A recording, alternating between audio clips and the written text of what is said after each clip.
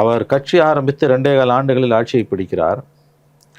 அவர் முதன்முறையாக சந்திக்கிற தேர்தல் அறிக்கையை வெளியிடுகிறார். ஒரு 5 நட்சத்திர ஹோட்டல், தாஜ் கொரமண்டல் ஹோட்டலில் பால் ரூமில் 800 பேர் உட்காந்துருக்காங்க. கதவுகள் இழுத்து பூட்டப்படுகின்றன.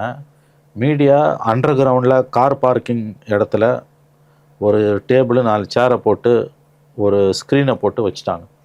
நாங்கள் இதில் எங்களோட பேஜில் போட்டோம், வேணா அதில் போய் எடுத்துக்கோங்கன்றாங்க.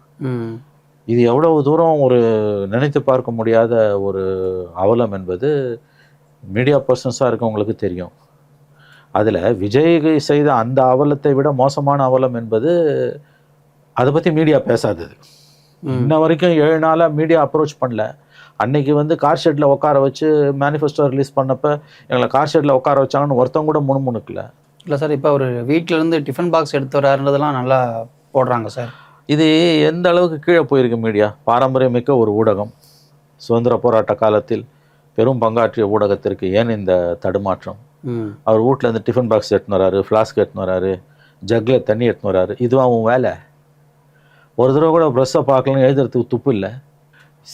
எல்லாம் நார்மலாக இருந்தால் அவருக்கு தனி மெஜாரிட்டி இருந்து நீங்கள் இப்படி ஜால்ரா போட்டிங்கன்னா கூட ஓகே. அவருக்கு தனி மெஜாரிட்டியே இல்லை. இன்றைக்கி தனி மெஜாரிட்டியே இல்லாத ஒரு காலகட்டத்தில் நீங்கள் எப்படி இதை பற்றி ஏன் எவனுமே பேச மாட்டேன்றான்? Why nobody is talking? Why no media is talking about his attitude towards the media?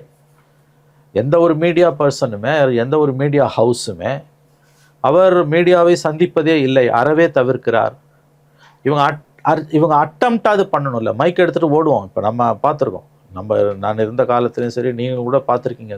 Jayalalithaa ஆகட்டும், கலைஞர் ஆகட்டும், இந்த மாதிரி நெருக்கடிகள் வரும்போது மீடியா மைக் எடுத்துகிட்டு அட்டம்ப்ட் பண்ணுவோம். ஸ்டாலின் இருக்கும்போது கூட அட்டம்ப்ட் பண்ணுவோம். எடப்பாடி இருக்கும்போது நிறைய அட்டம்ப்ட் பண்ணோம். ஸ்டாலின் காலத்திலே அது குறைஞ்சிது, கிட்ட மீடியா போகிறது நின்று போச்சு. பட் ஓரளவாவது ஒரு அட்டம்ப்ட் இருந்தது. இப்போ அது கூட இல்லையே. இது அப்படியே யூ ஆர் அக்செப்டிங் இட். அப்போ அதிகாரப்பூர்வமாக தகவல்கள் வரலன்னா வதந்திகள் தான் ரெக்க கட்டி பறக்கும். The government is on ventilator to be frank. இந்த 8 பேரோட தான் நிற்குது. இந்த 25 பேர் நாளைக்கு டிஸ்குவாலிஃபிகேஷனுக்கு தகுதியானவர்கள். எடப்பாடி அது அக்ரெசிவாக மூவ் பண்ணார்னா இது will end up in disqualification. அதுக்கு வாய்ப்புகள் அதிகம். அப்போ the majority of the government is serious trouble. அப்போ இது ஒன்றும் ஒரு முழு மெஜாரிட்டி இருக்கக்கூடிய அரசு கிடையாது. மக்கள் ஓட்டு போட்டிருக்காங்க, அதை நம்ம மதிக்கணும். 5 வருஷம் விஜய் ஆளணும், எல்லாம் கரெக்டு, மறுக்கல. பட் அரசு மீடியாவை எப்படி நடத்துது அதை பற்றி மீடியாக்கே கவலை இல்லை. அது இதில் வெக்கக்கேடான விஷயம். ஆச்சி மசாலா, எந்த சமையலும் ருசி தேடும் ரகசியம், 20 ரூபாய்.